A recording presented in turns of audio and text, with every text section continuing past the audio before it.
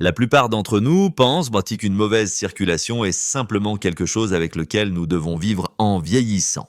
Mais la vérité est que ce n'est pas seulement une question de ce que vous faites pour votre corps, c'est une question de quand vous le faites. Vous réveillez-vous chaque matin avec les pieds froids et des picotements? Votre main devient-elle engourdie juste après un repas? Avez-vous remarqué cette sensation de lourdeur après être resté assis seulement 1 heure? Et pourquoi une seule minute à un bon moment compte-t-elle plus que 30 minutes du mauvais exercice? J'ai identifié 5 fenêtres de temps critiques où votre circulation baisse naturellement, mais la plupart des gens font une erreur dangereuse juste après le dîner. Je suis le docteur William Hart. Mon objectif n'est pas de vous effrayer avec des termes médicaux complexes ou des avertissements alarmants. Je suis ici pour partager une approche douce et scientifique afin de vous aider à vous sentir plus léger et à bouger plus facilement. Dans cette vidéo, je vais vous montrer 5 solutions simples pour 5 moments précis de votre journée. Chacune ne prend qu'environ 1 minute. Vous n'avez pas besoin de toutes les faire. Trouvez simplement celle qui correspond à votre vie et à votre rythme. Nous recherchons de vraies réponses qui sont sûres, à faible risque et faciles à répéter chaque jour.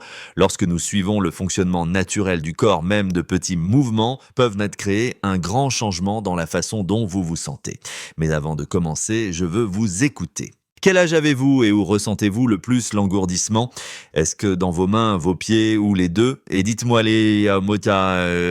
est le pire moment de la journée pour vous? Est-ce au réveil après un repas ou peut-être lorsque le monde devient calme la nuit? Veuillez partager votre histoire dans les commentaires afin que je puisse mieux comprendre votre parcours. Commençons maintenant notre parcours du numéro 5 jusqu'à ma découverte la plus essentielle au numéro 1. Veuillez vous rappeler que vous n'avez pas besoin de pratiquer les 5 aujourd'hui. Écoutez simplement et choisissez une ou deux options qui semblent convenir à votre propre corps. Portez une attention particulière au numéro 4 et au numéro 2.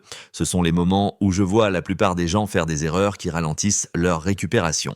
Et enfin, notre numéro 1 est un outil spécial. C'est votre secours rapide pour ces moments où l'engourdissement survient soudainement sans prévenir. Beaucoup d'entre vous me disent que la partie la plus difficile de la journée est le tout premier pas hors du lit.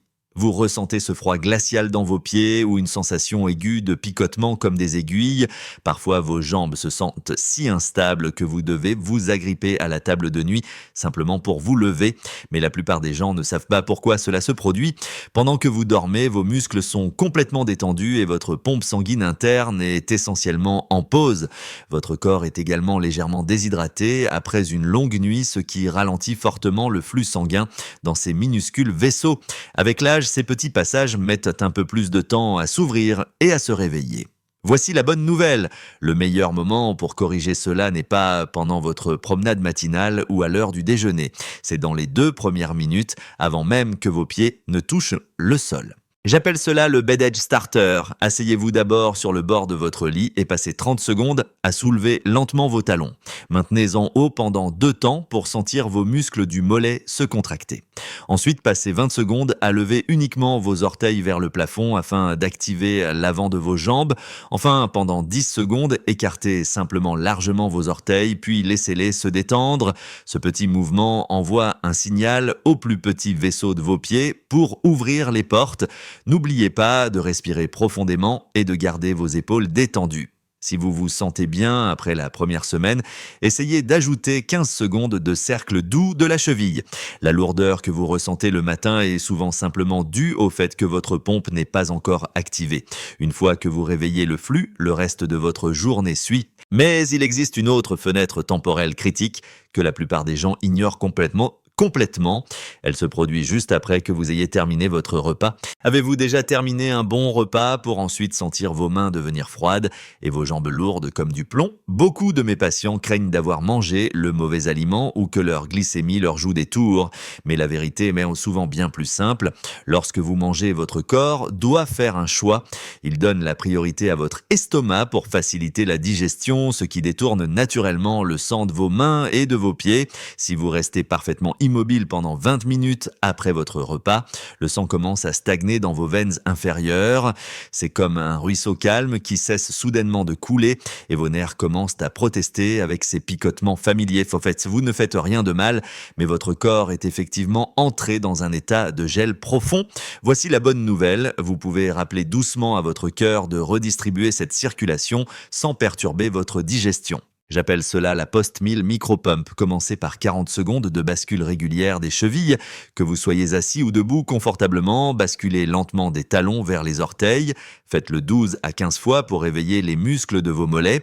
Ensuite, passez 20 secondes sur une simple pompe des mains. Ouvrez lentement vos poings et refermez-les fermement, puis faites doucement tourner vos poignets en petits cercles. Cette petite action ramène le flux sanguin vers vos doigts et vos orteils, là où il doit être. La plupart des gens pensent qu'ils doivent faire une longue marche immédiatement, mais cette pompe d'1 minute rend en réalité votre marche 2 fois plus efficace. Si vous vous sentez souvent très somnolent ou lourd après avoir mangé, essayez de faire cela pendant 60 secondes, puis répétez 10 minutes peut-être plus tard. Cela maintient votre circulation interne en mouvement pendant que votre estomac fait son travail. C'est une petite fenêtre de temps qui change la façon dont vous vous sentez pendant les 4 heures suivantes, mais il existe un ennemi beaucoup plus silencieux de votre circulation dont nous devons parler, c'est le danger de rester immobile trop longtemps pendant la journée. Rester assis trop longtemps est un voleur silencieux de votre circulation. Vous pouvez être absorbé par une émission de télévision favorite ou un excellent livre, mais sous la surface, votre corps lutte pour maintenir le flux en mouvement. Lorsque vous êtes assis, vos grands muscles du mollet sont complètement inactifs et votre pompe sanguine interne est pratiquement arrêtée. La gravité commence à tirer votre sang vers le bas et il y reste parce que les muscles ne le repoussent mais pas vers le haut. La flexion de vos hanches et de vos genoux agit également comme un coude dans un tuyau d'arrosage. Si vous avez l'habitude de croiser les jambes, vous serrez ce tuyau encore plus. Je demande souvent à mes patients combien de temps ils restent assis avant de se lever car ce seul chiffre me dit tout sur le gonflement de leurs chevilles. La bonne nouvelle est que vous avez le pouvoir de réinitialiser ce système en seulement 1 minute. J'appelle cela la réinitialisation de 60 secondes. Pendant que vous êtes encore sur votre chaise, passez 30 secondes à faire de simples pompes des mollets. Levez et baissez vos talons avec un rythme régulier et ferme. Ensuite, passez 20 secondes à faire des cercles lents et intentionnels avec vos chevilles. Visez 5 cercles dans chaque direction pour les 2 pieds. Enfin, si vous vous sentez stable, levez-vous et étirez vos bras vers le ciel pendant 10 secondes. Si se lever est difficile, restez simplement près de votre chaise pour vous soutenir. Essayez de faire de cela une règle de votre vie. Chaque 60 minutes d'immobilité mérite 60 secondes de mouvement. Au cours de votre première semaine, essayez de le faire toutes les 2 heures. La deuxième semaine, votre objectif est de le faire chaque heure. Vous pouvez même ajouter quelques gorgées d'eau et CO après chaque réinitialisation pour aider encore davantage votre circulation. Le mouvement est le meilleur médicament que nous ayons, mais il existe encore une autre fenêtre temporelle qui rend souvent vos nuits insupportables. C'est ce qui se passe juste avant que vous ne fermiez les yeux. Avez-vous déjà remarqué que vos jambes semblent les plus lourdes, précisément lorsque le soleil se couche? Vous terminez le dîner et vous vous détendez dans votre fauteuil préféré, mais vos pieds commencent à devenir lourds comme du plomb. Puis vous vous mettez au lit et au lieu de dormir, vous ressentez une sensation rampante et agitée dans vos jambes. Mais la plupart des gens ne savent pas que la façon dont vous passez les 30 minutes après le dîner détermine la qualité de votre sommeil cette nuit. Le soir, votre corps est déjà fatigué et votre circulation ralentit naturellement.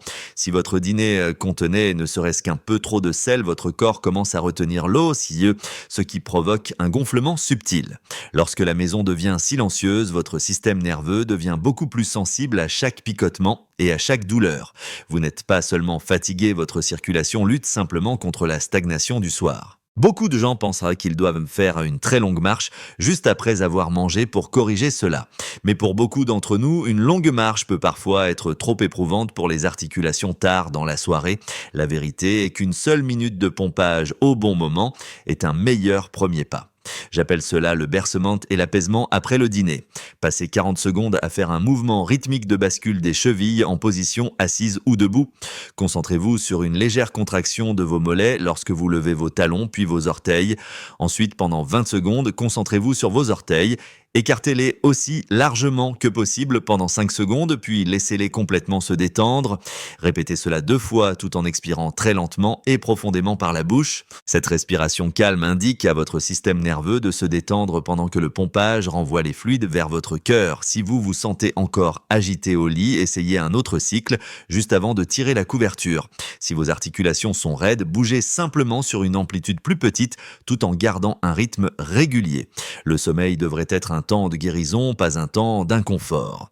La nuit est véritablement une question de timing, mais il existe une dernière situation qui provoque chez beaucoup de personnes un sentiment de panique. C'est ce que vous devez faire lorsque l'engourdissement survient soudainement et sans avertissement. L'engourdissement peut être terrifiant lorsqu'il survient soudainement au milieu de la nuit.